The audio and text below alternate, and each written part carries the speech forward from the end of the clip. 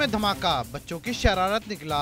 9वीं और 10वीं जमात के 5 तालिब इल्मों ने मिलकर शरारत का प्रोग्राम बनाया। एक बच्चा 70 रुपए के पटाखे खरीद लाया और एक साथ सारे पटाखों को आग दिखा दी, जिससे धमाके की आवाज आई।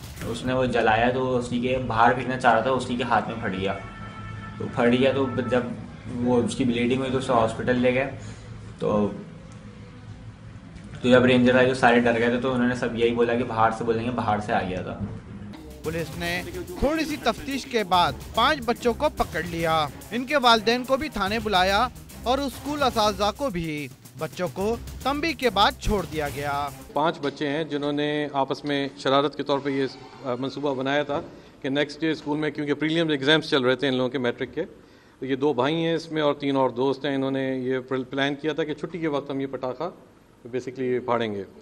पुलिस का कहना है कि केस बनाकर बच्चों का मुस्तकबिल खराब नहीं कर सकते हैं। उम्मीद है कि बच्चों को जो सजा मिलना थी मिल गई। अब वो आइंदा ऐसी शरारत से गुरेज करेंगे।